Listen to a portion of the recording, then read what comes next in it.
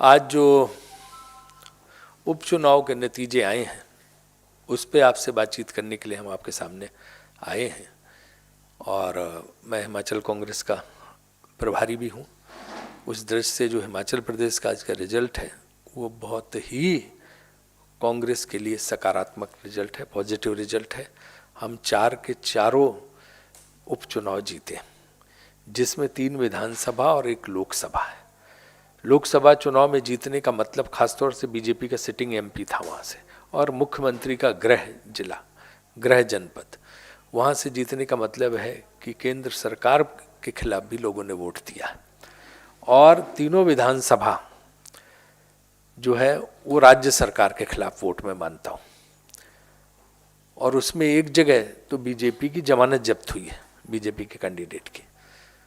तो इस तरह से रिजल्ट बहुत सी उत्साहवर्धक है और मैं समझता हूँ कि जनता का रुख बदल रहा है। हम राजस्थान में भी दोनों उपचुनाव जीते हैं और इसी तरह कर्नाटक में जो मुख्यमंत्री का गृह जनपद है, होम डिस्ट्रिक्ट जिसको बोलते हैं, वहाँ भी कांग्रेस पार्टी जीती है। तो ये हमारे लिए बहुत सिग्निफिकेंट रिजल्ट है, बहुत मायने रखते हैं रिजल्ट, और बहुत महत्वपूर्ण रिजल्ट है। और इन सारी जगह इस तरह से भाजपा का हारना ये दर्शाता है कि लोगों में भाजपा की लोकप्रियता बहुत गिर गई है। हिमाचल प्रदेश में अगर पिछले लोकसभा चुनाव के हम निकालें नतीजे, तो 70% वोट शेयर भाजपा को गया था। आज वो 70% वोट शेयर तो कांग्रेस ने कवर किया ही, और उसके ऊपर जीत दर्ज किया। तो समझिए कि कितना लोगों का रुख भाजपा के खिलाफ हो गया। और हमारे जो वहाँ मुद्दे थे उनको जनता ने सराहा और उसी आधार पर वोट दिया। चाहे महंगाई का मुद्दा हो, पेट्रोल डीजल और गैस की कीमतों का मुद्दा हो, चाहे खाने पीने की चीज़ों के महंगाई का मुद्दा हो, चाहे आम जनता की तकलीफें हो, चाहे बेरोजगारी हो, चाहे विकास का मुद्दा हो, चाहे किसान और बागवान, वहाँ बागवान रहते हैं, उनका मुद्दा हो। और मुझे लगता है कि पूरे देश में इस तरह का संदेश जा रहा।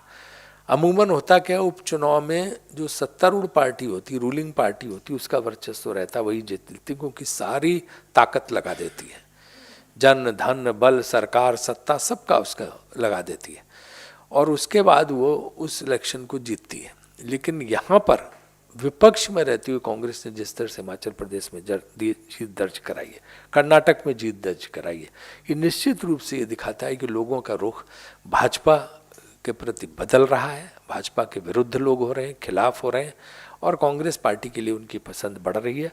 और बाकी जगह भी देखिए आप, बंगाल में भी कहाँ भाजपा जीत पाई। तो ये सब चीज़ें जो है ये दर्शाती हैं कि भाजपा के प्रति लोगों का विरोध लगातार बढ़ता जा रहा है।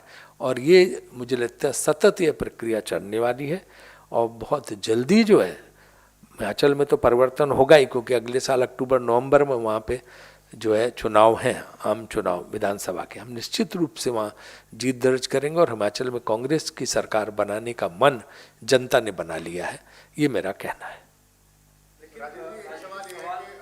One by one. बिहार में और पश्चिम बंगाल में बहुत निराशाजनक प्रदर्शन आपने करा है।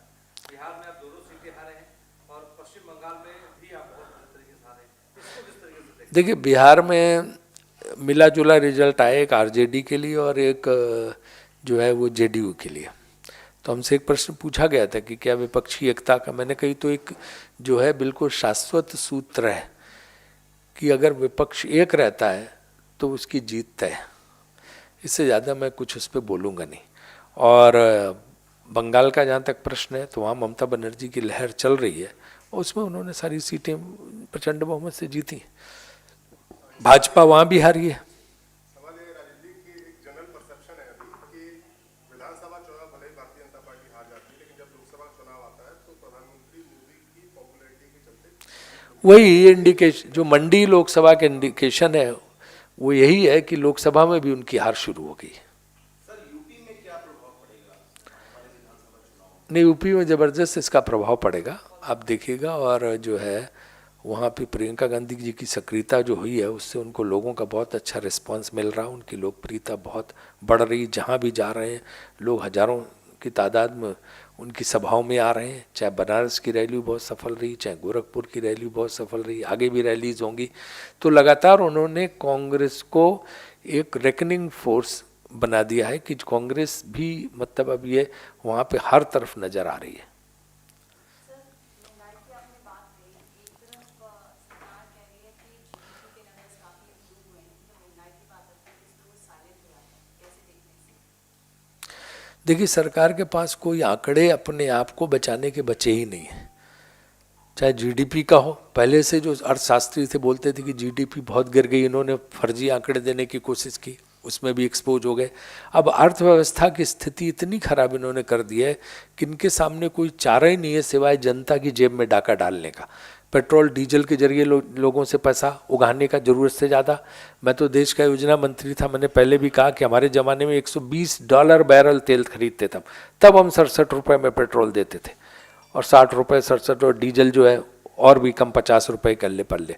और अब तो सिर्फ इनको 50, 60, 70 बैरल में आधे दामों पे बाहर से मिल रहा तेल। इसके बावजूद इतने महंगे दाम पे कि पता नहीं ये 150 रुपये लीटर पे जाके पेट्रोल रुकेगा, 125 रुपये लीटर पे जाके डीजल रुकेगा। उससे हर चीज़ की महंगाई बढ़ रही, लोग त्राई कर रहे हैं, गैस के दाम भी बढ़ते चले जा रहे हैं। तो इससे क्या है, और उससे जनरल महंगाई जो आम चीज़ें हैं, चाहे खाने पीने की चीज़ें, चाहे दूसरी चीज़ें, सबकी बढ़ाई है, क्योंकि जब भाड़ा बढ़ता है तो महंगाई बढ़ जाती है। तो ये लोगों की जेब पे डाका डाल रहा है। और बच्चे कुछ ही चीज़ें कहाँ से ले रहे हैं, तो जो जनता के बनाए हुए, जनता के पैसे से पिछले 70 साल में जो बड़े वो बने थे सार्वजनिक उपक्रम, उद्योग धंधे, उन सबको बेचने का काम हो रहा। तो राष्ट्र की सारी संपत्तियां बेच के पैसे इकट्ठा कर रहे हैं। फिर राष्ट्र के पास बचे का क्या, सरकार के पास बचे क्या, किस चीज़ की सरकारें आगे होंगी जब उनकी सब संपत्तियां ही चली जाएंगी, बेच देंगे।